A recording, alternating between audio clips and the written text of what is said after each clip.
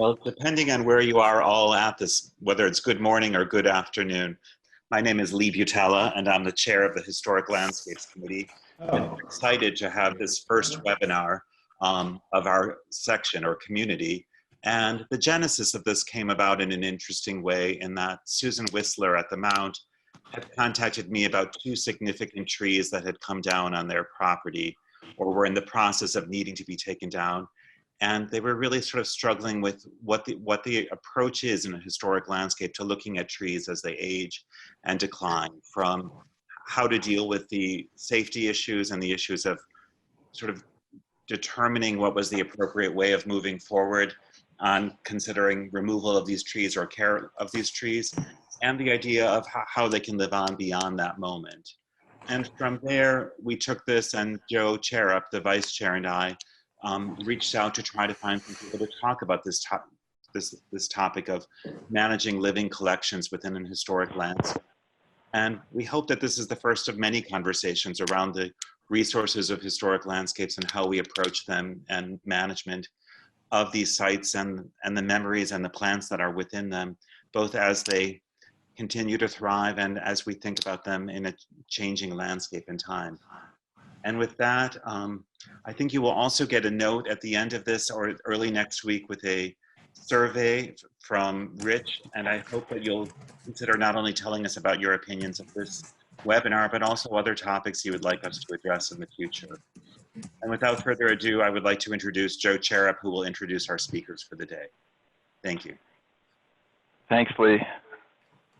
Hi, folks. This is Joe Charap. I'm the Director of Horticulture at Greenwood Cemetery in Brooklyn, New York.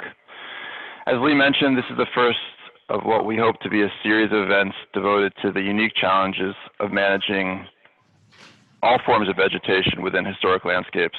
And we couldn't have asked for a better duo for our inaugural webinar. So if they're both on the line, I'm going to get to their introductions. Tony and Jason, are you there? I'm here. Okay, good.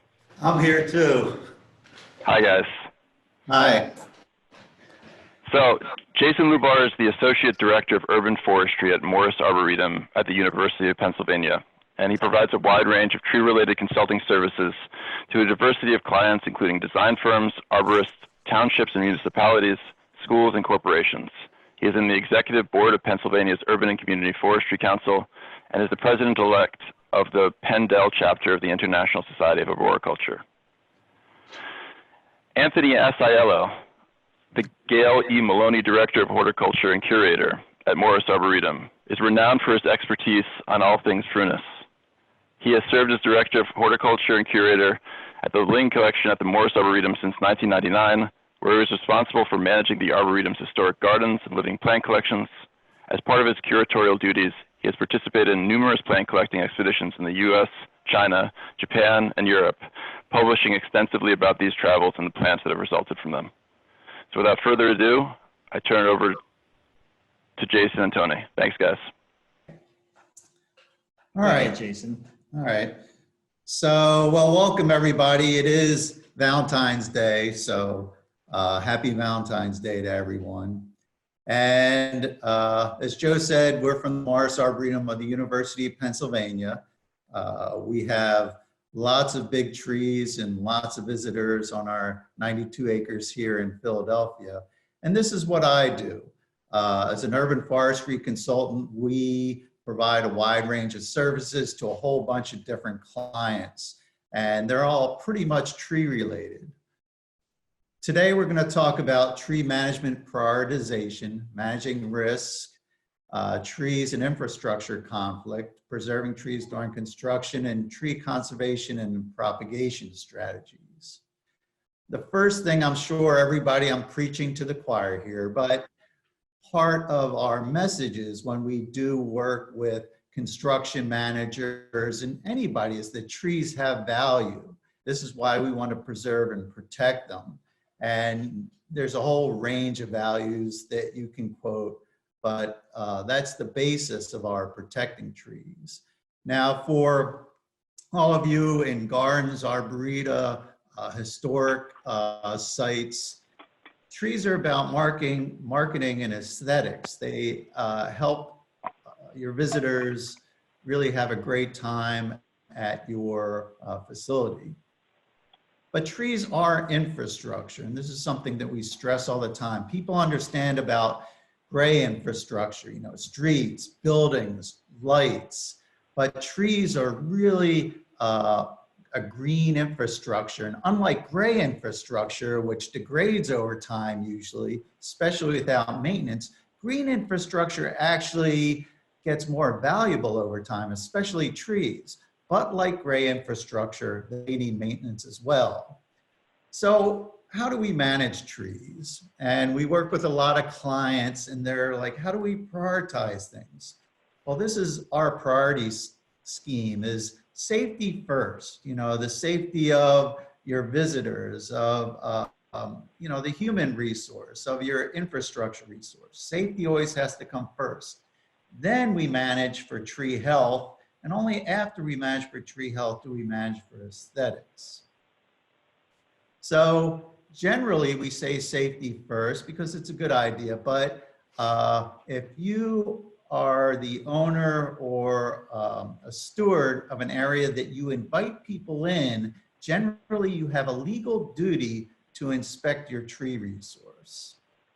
And if you don't know what your tree resource is, how do you know how to inspect it? And that's the first step I tell people, is that you need to know what's out there, like what buildings are out there, but you need to know what trees are out there. And that takes a form of a tree inventory and assessment. Sometimes people have maps, a lot of times they don't, but there's different ways you can map your tree resource through CAD if you're working around individual buildings, or GIS and GPS. There's different ways to do that, and that's a whole module in and of itself. So what we do is, using CAD or GIS, we go out into the field and collect data on the trees, what condition they're in, what type of tree there are, and this comes into a spreadsheet, and then we can prioritize and really use that spreadsheet to come up with a management plan. And so who does this type of work? Because usually some parts can be done in-house. If you have somebody knowledgeable about GIS, GPS, you might be able to do that in-house. But really, when you're talking about risk tree conditions, you really have to hire a professional or a knowledgeable person about how to record this. So in most states, as you can see, the tree care industry is not regulated.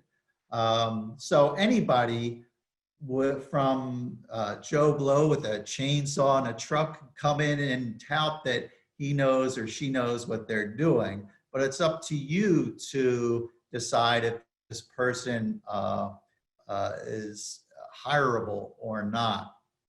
So always insist on insurance, certifications, you know, references, things like that. And in our industry, in the arboricultural industry, there is this level of tree care professionals, just like there are in you know, the healthcare industry. There are surgeons, there are nurses, going down to candy stripers, and at each level you have a different different knowledge levels. So here we have ASCA, the American Society of Consulting Arborists, and they're very professional. Going on down, we have the ISA, International Society of Arboriculture's board certified master arborists.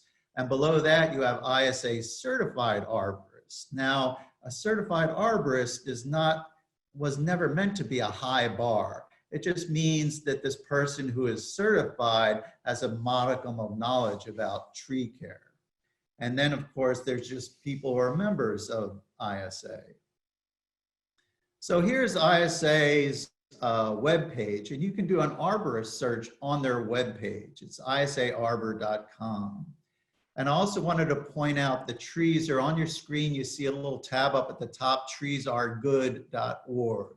If you ever have any questions about trees, about planting trees, caring for trees, structural pruning, what have you, the treesaregood.org website is the place to go to find out tree information.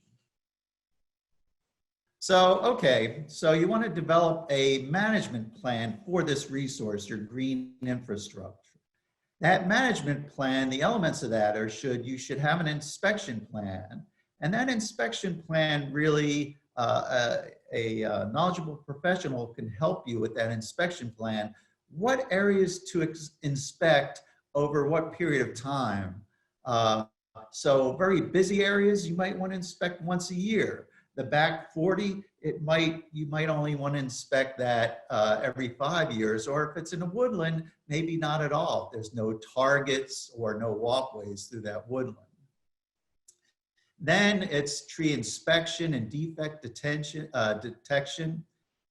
We have to understand sometimes about the defects, so it's assessing those, making a decision about them, and remediating in a prioritized way to reduce risk. And that remediation, of course, takes money and time.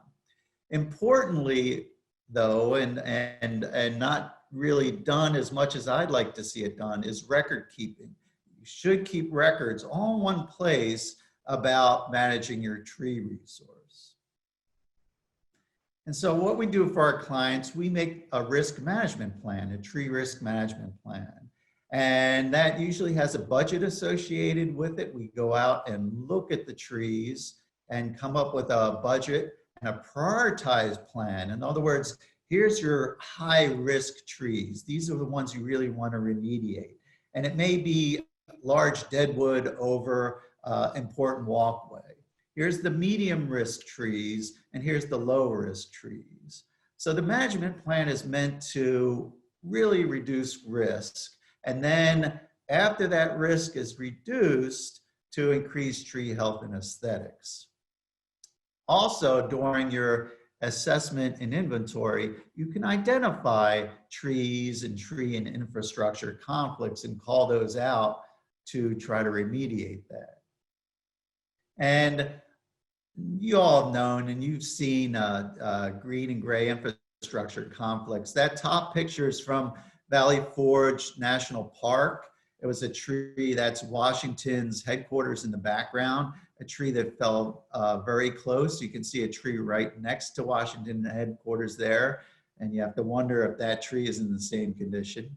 You know, our roots damaging infrastructure. Trees can actually, if you leave the gutters uncleaned, and I'm sure a lot of you have seen this, trees can start growing out the side of buildings and up in the gutters. So trees can actually grow on your infrastructure. And trees clog gutters and perhaps drop slippery fruit. On the bottom there, you can see a large sycamore. That's a famous sycamore in our area. And they actually took down the building to preserve the sycamore, which is really great in my view. It's my hometown, Jason. There you By the go. way.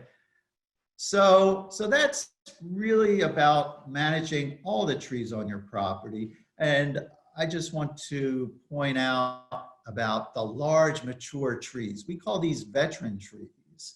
And there's no real definition, but it's, as you can read on the slide, it's a tree that's of interest biologically, culturally, aesthetically. And a veteran tree really is defined by these three principles. That it's of interest in some way, it's in an ancient stage of life, and that is not that it's particularly old, because even some young trees can be in an ancient stage of life. And also trees that are old relative to others of the same species. And it's not all about size, but it's about a veteran tree has seen, you know, the slings of arrows of outrageous fortune over its lifetime. So it could be a relatively young tree that's not in great condition, but usually we look at these as old trees, big old trees. Now, when I say big old trees, how do you look at those? Well, on the left of your screen, you'll see a new tree. And it's putting all its energy into growth, a little bit of storage and defense, and a little bit in restoration. as the tree ages, on your screen going from left to right, those energy budgets change. And just like you have a budget, a tree has an energy budget as well. And after a tree is mature, that white line in the middle of your screen, it might stay there if it's an oak for 100 years, 200 years or more. But an old tree has starts putting much more energy into respiration and smaller amounts of energy into storage and defense and reproduction, that kind of thing. So just like in humans, as we have, there's a pediatric care for young children and older care, the same type of care we have to give to our trees. And you have to have somebody knowledgeable about how to give young trees care, how to give mature trees care, and how to give these veteran trees the care that they need. So it's age-appropriate tree care. And I'm running through this very quickly, but this is a day-long presentation talking about age-appropriate tree care. If you want to know about it, there are books about veteran tree care, and a lot of this information has come from England and Europe because they have much older trees than we do here in the States. So this is just one of the books that talk about really caring for the elder denizens of your forest and landscape. So moving on to trees and construction, because this is where we see a lot of damage and a lot of misunderstanding, is preserving trees during construction projects. So I put a little hat on the Lorax there, but unless somebody like you, the people listening to this webinar, care a whole lot, nothing's going to get better. It's just not. So when we talk about preserving trees in construction, there are certain guiding principles here on your screen. You must acknowledge that a tree is a living organism and you should respond to that. Everybody in the construction team and perhaps on your staff should understand and respond to the principles of tree preservation. And perhaps most importantly, the ability to cure after something has happened is very limited. So the focus is on tree preservation. So here, preservation requires a lot of things. You know, the owner's buy-in, it requires money, of course, it requires commitment, communication between all parties involved, knowledge between practitioners, space for the tree to grow. It's proactive, and believe it or not all trees should be preserved. So here we see, I'm going through these rules of tree preservation, and really it's about the people, and it's about the players who are on the construction team. And when I say construction, it could be for anything, for replacing an underground pipe, or building a whole new building. So really you need to involve all parties in tree preservation. And down there, it's best if this commitment by all parties are given freely. However, sometimes you have to use the carrot, sometimes you have to use the stick, and we'll talk about that in a little bit. The second rule is, and it's a really important one, don't wait until construction starts. It's too late by that time. Once those machines are there, it's too late for tree preservation. As I said before, all trees are not created equal. Some are more valuable than others. Some are better suited for preservation because of location, species, or tree condition. So it's not we're trying to preserve all trees, just the most valuable trees and the trees that you want to preserve. If a tree only has a less than 5-year life expectancy, why do you want to spend hundreds, perhaps thousands of dollars preserving it? So, as I said before, just like humans have a growth curve, so do trees. And the knowledgeable practitioner should respect those patterns of tree growth and development when you're talking about tree preservation. Again, prevention. We only have a limited ability to cure, And trees that are damaged may not show symptoms for 3, 5, 8 years. I've been going to work here at the Arboretum. I was driving by a construction site and they had almost no tree protection. They were driving the bulldozers right next to these white oaks, and the white oaks looked great the year after. And it took 3 to 5 years, and now they've all been removed because they all died. So when the construction guys say, hey, I've never killed a tree, that's because they leave at the end of construction and don't see the long-term effects. So that's what we're looking for, preserving trees so they don't have any long-term detrimental effects. The sixth rule here is construction impacts are cumulative. You might get soil compaction. You might get a bulldozer running into a tree.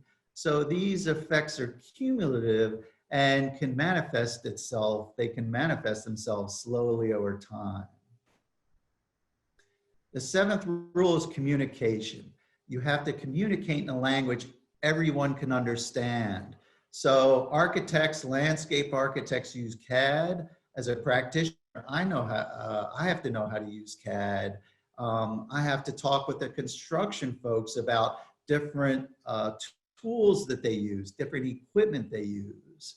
So we are the ones who have to communicate in a language that everybody can understand, so everybody knows what's going on and can express their concerns. The eighth rule is preserve the roots. The more I know about trees, and I'm always learning about trees, the more I realize it's what's happening underground that counts. So preserve the roots, and we'll talk about this more in just a little bit. But the bottom sentence, establish penalties early on for violations. That's very important. If you have construction contracts, if you're involved with them, there should be penalties for incursions into the tree protection zones. A lot of times we, down at the University of Pennsylvania, we will place a value on the trees and put it into the contract so the contractor knows that if they damage these trees, they'll be on the hook for perhaps large sums of money. So trees must be considered at the very beginning of planning up to the very end after all the construction equipment leaves, after the landscaping is put in. Trees must be considered in all phases of construction. And of course, growing nice trees requires space, above ground space so that canopy can grow to full extent, below ground space so the roots can grow. Luckily, we have these standards and specifications and best management practices. These are our industry ANSI A300 standards. And if you're working around trees with any sort of construction, be it, like I said, putting in a water pipe or irrigation to large buildings, you should have, they're fairly cheap, and it's really good to have these and read them and understand them. There's also a lot of books. This is Trees in Development by Matheny and Clark. This is a great book to have if you're dealing with this at all. So let's talk about those root zones, because again, the roots are really important, of course, for the tree. You'll see here that there's 3 different root zones I've highlighted. Let's look at the biological root zone. This is where all the activity of that tree takes place underground in this biological root zone. And tree roots can expand not only for the tree's height, but maybe 3 times the tree's height out into the landscape. So that's amazing. So you want to preserve that. However, let's drill down to the structural root zone.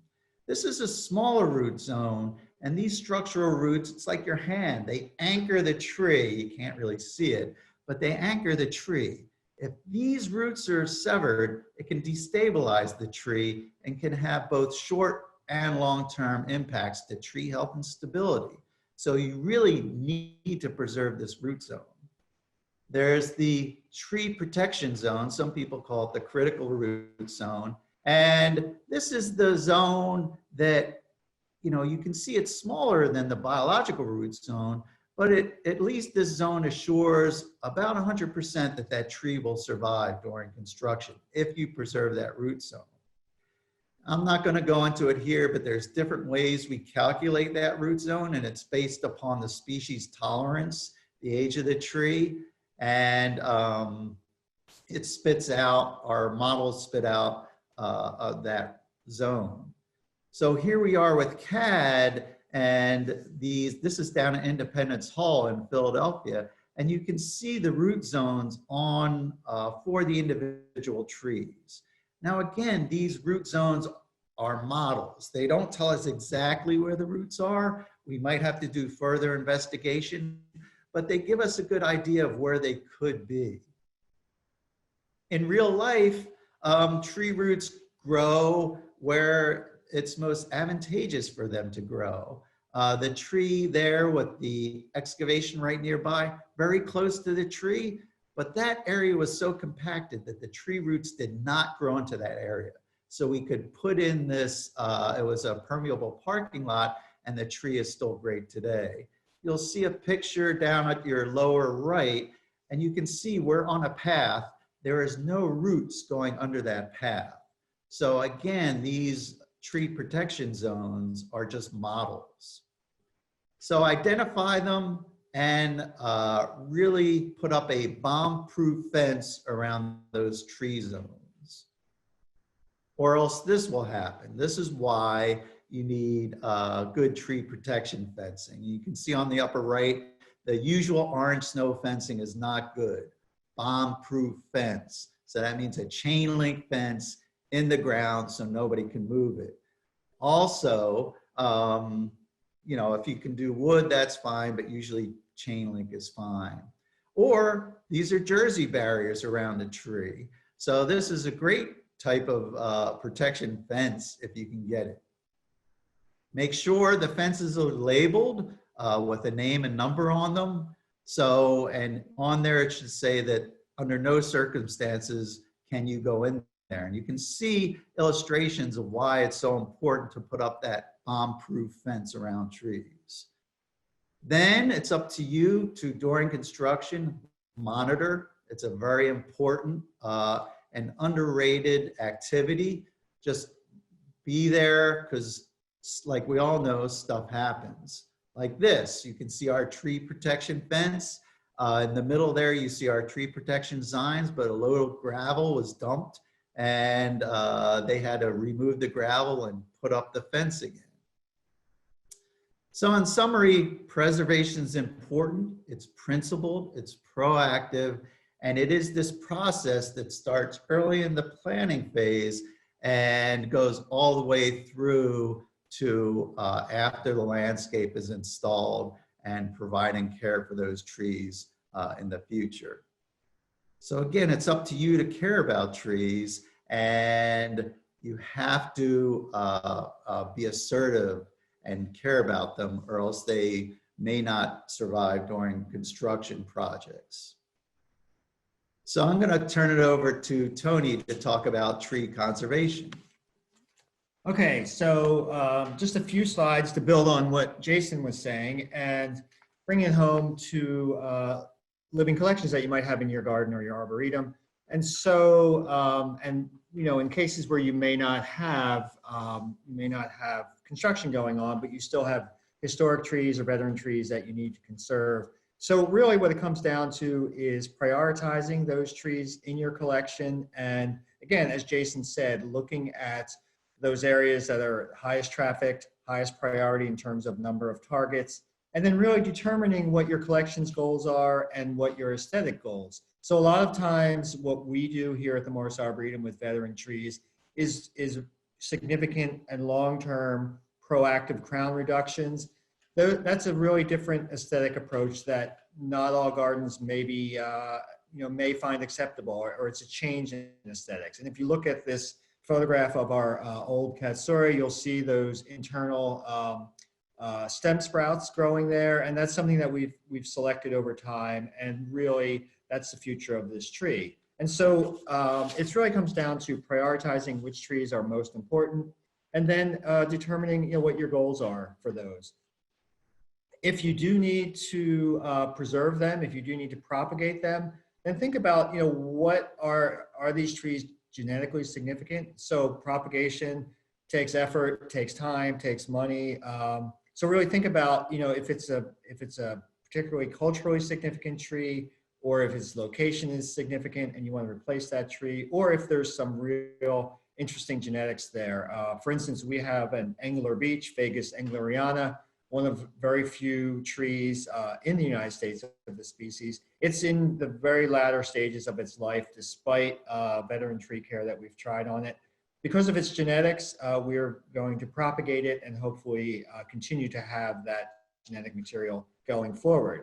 And then all of this should be informed by your living collections policy. So hopefully you have a living collections policy, and if not, it's something that you should either update or should have. And this really should include policies about veteran tree management and how you're going to sustain and maintain that veteran tree collection. So with that, I'm glad we have some time for questions. So I think that's it for that part of the presentation.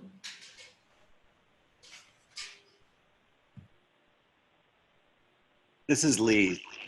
Thank you guys very much for all of that information. And I know there are a series of questions, both relating to the great information that you shared and moving forward and managing collections as they decline as well. And it's an exciting topic, and we think that this topic today probably leads to further examination beyond this 1 hour webinar today, because there are a lot of issues relating to it all. So the first question is from Cindy Brockway, and it's about celebrating the end of life for a specimen tree. Have you guys approached that idea, how to sort of reflect and celebrate the life of an iconic tree in a landscape? So in terms of honoring a historic specimen, we had, about 1.5 years ago, we had to remove one of the most iconic trees here at the Arboretum, which was our Bender oak, an enormous tree right when we came into the Arboretum. And it was really a sad moment for everybody here at the Arboretum, because there was a strong emotional attachment to this tree. And so we, on the day that it was removed, we had it removed by a contractor, and the horticulture staff really was nowhere to be found, because I think everybody was feeling the loss of this organism that we had really come to be attached to.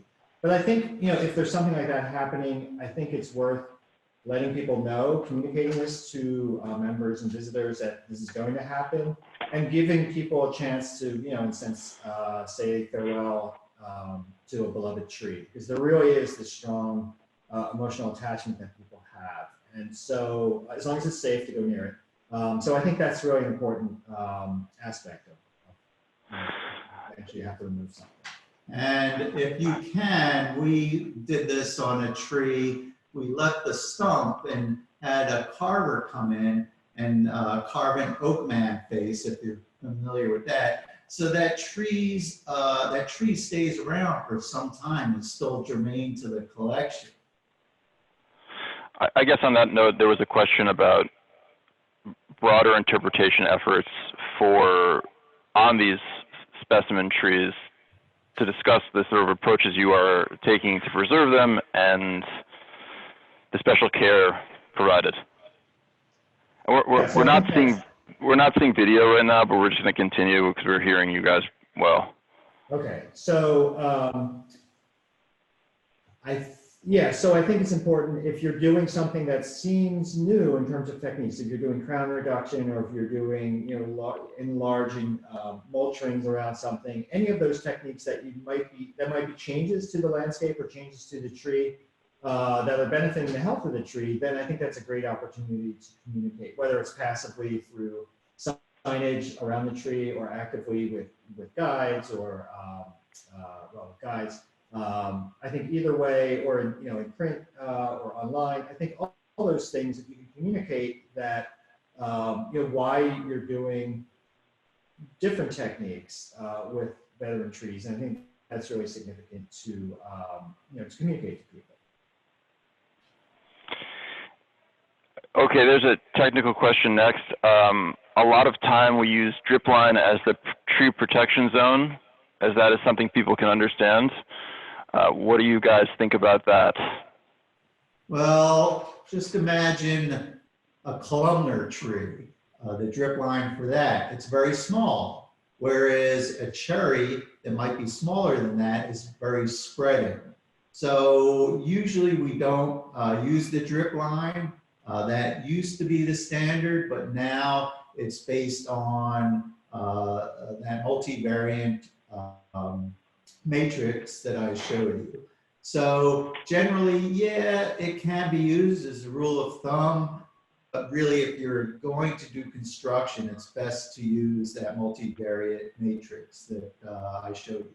Yeah, and isn't that, there's a formula in the trees during construction book, Right. and a lot of it's based on age of the tree, health of the tree, and species. So if you have a American elm, that's the same age and same size as a white oak or white oak. The American elm is going to be much more tolerant of any construction that might happen near it, whereas the white oak, as Jason said earlier, is going to be much more susceptible.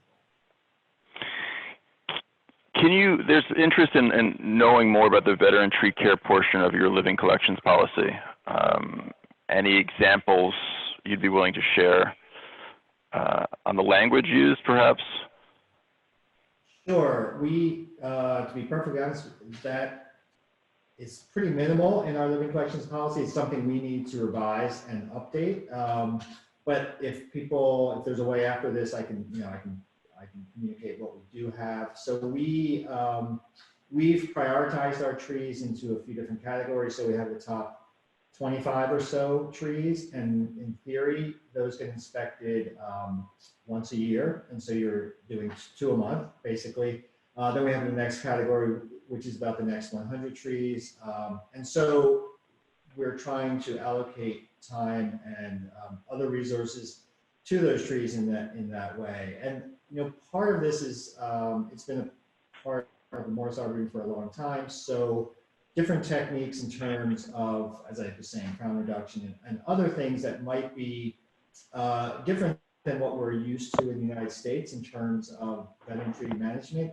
I think our audiences are very familiar with them. So there might be, if you're approaching this for the first time, there might be some educational needs in terms of your audiences, whether it's internal and external, in terms of what you're doing.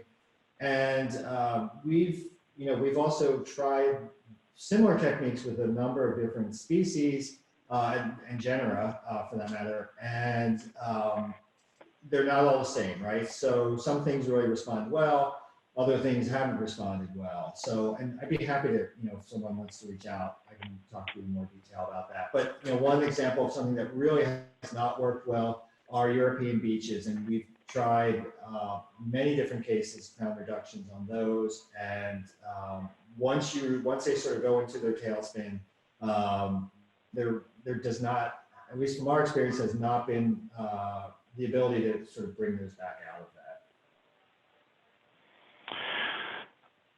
Yeah, we found similar here.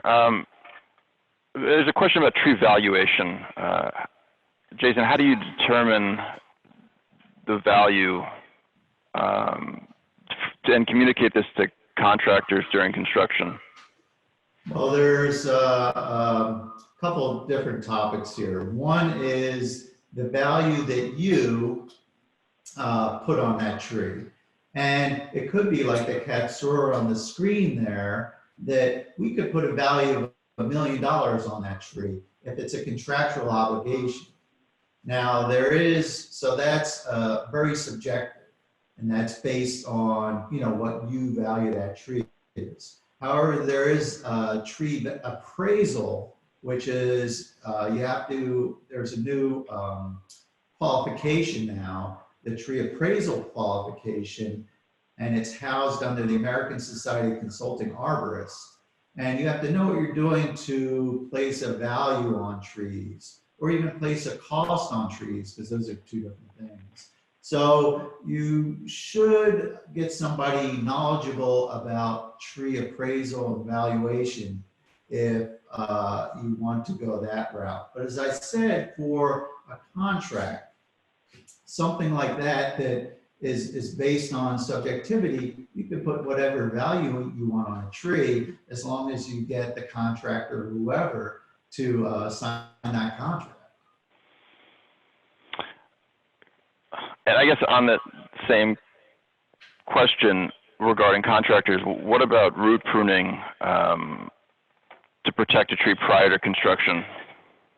That's a great idea. I give a day-long course in protecting trees during construction, and those preliminary activities, irrigation, perhaps fertilization based on soil tests, root pruning, those are all activities you can implement before the construction project takes place to raise the likelihood of success and longevity. And I guess a lot of these trees are very attractive to the public because they look unlike the other trees in the landscape. And on that point, how do you manage public access to these trees and balance that with the need to preserve them? Sure. So, it depends in many ways. So some of our most significant trees and most charismatic trees, because of that, we at minimum do significant mulch rings around them, and we do that. We replace those on it's probably not annual, but on a regular basis and as needed basis. So that really helps with compaction issues when we do that. So that's generally the approach. There have been a few cases where we've been really concerned about the tree, and we broke them off, so trying to keep people off. We really try not to do that at the Morris, but there have been a few cases over the years where we have done that. And we really try and if anyone has a solution for this, we try and keep people from climbing them. But people, I hate to admit it, but people love to climb trees again because of this sort of the charisma of them, and we've struggled with that both for the tree's health and for the people's safety. But so we try to balance approachability with the sort of reducing root compaction. Are there specific resources that the people can access, or firms that specialize in consulting on the preservation of veteran trees? There are firms, we do that for different gardens and arboretum around our region. And you just have to get a knowledgeable practitioner. And again, this is sort of a new belief, a new science here in the States. There's a lot more information coming out of the UK, but this knowledge is spreading as we get people over there talking to our audiences here. The knowledge is spreading, and there's a lot of information online as well. So if you're really interested in veteran tree management, go order a book from the UK. They might be available here about veteran tree management, because it's very exciting about all the different cuts that can be made, propping, just the care of our older trees is very exciting, and I'm glad to see it happening in this country. Right, just to sort of follow up with that we, Jason said at the beginning of this talk that the number one thing is safety, right? And so we do things here that may be unorthodox in the United States, but we try, if they're really unorthodox, we're doing those in areas that are very low, have very low traffic and, a minimal number of targets. So, we try to do our sort of our experimentation in out of the way places and try and do the best practices in terms of veteran tree management under some of the biggest trees. The Katsura again is a perfect example of that.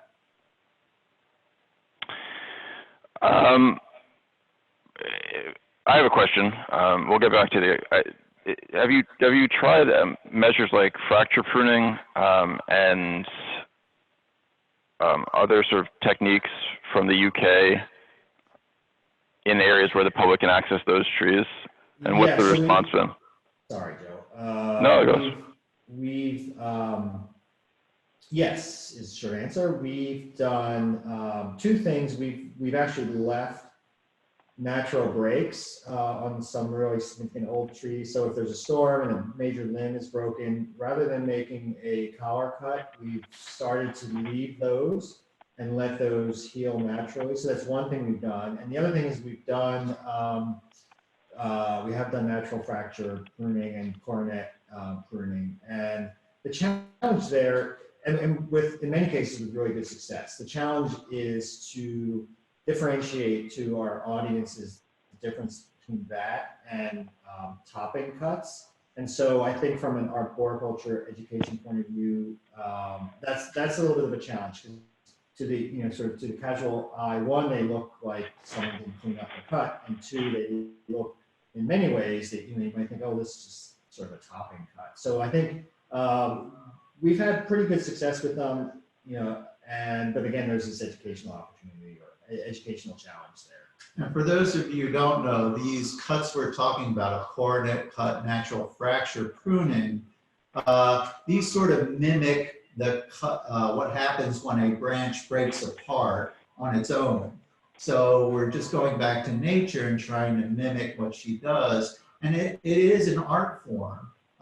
There's only a handful of arborists in the United States really who know how to do this and do it well. It is an art form. Agreed. We only have a few more minutes. Richard, are we going to get cut off at 1?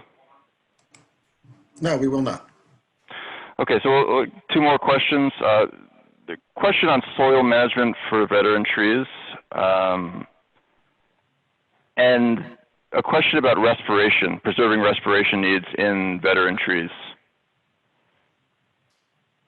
Okay, so soil management, what we really do, the first thing we do is before we do any amendments or anything, we do a soil test and just look at what is there, what's not there, what's needed before we do any sort of whether it's air spading, root aeration, collar excavation, and then before any incorporating any either fertilizer or organic matter into the soil. So that's really the first step.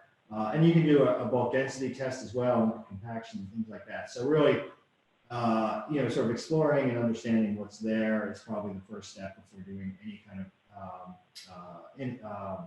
remediation or doing anything. You want to answer the respiration question? Yeah. We talk about respiration. This is it's very complicated dealing with veteran trees, and you just have to make it the soil right for that tree in that situation. Just like elder people, you don't want to change things suddenly because they get all upset. Why'd you change this? Trees are the same way. You can't, and you shouldn't change things suddenly. So if any change has to happen around a veteran tree, both above and below ground, it should happen slowly over time so the tree on this limited energy budget can adjust to that over time. Hopefully I answered that question correctly. That was great. I think we've reached the end of the webinar. I want to thank you guys. There's still a lot more questions that we didn't get to. I invite anyone to join the community page, the Historic Landscapes community. And Tony, there's some interest in you sharing some of the documents, your collections policy, anything that you'd be able to share on veteran trees on our community page if possible. Okay. Let's see what I can do. Sure. And Jason, if you were able to share that PowerPoint, people have asked to see it as well. Yeah, we can set that up after the webinar is over. That's great. Thank you guys for a really interesting conversation, and we hope to do more of these events moving forward. And we thank you guys for being the first. Sure. All right. Thanks a lot, everybody. Yeah, take care, Happy everyone. Valentine's Day. Thank you, guys.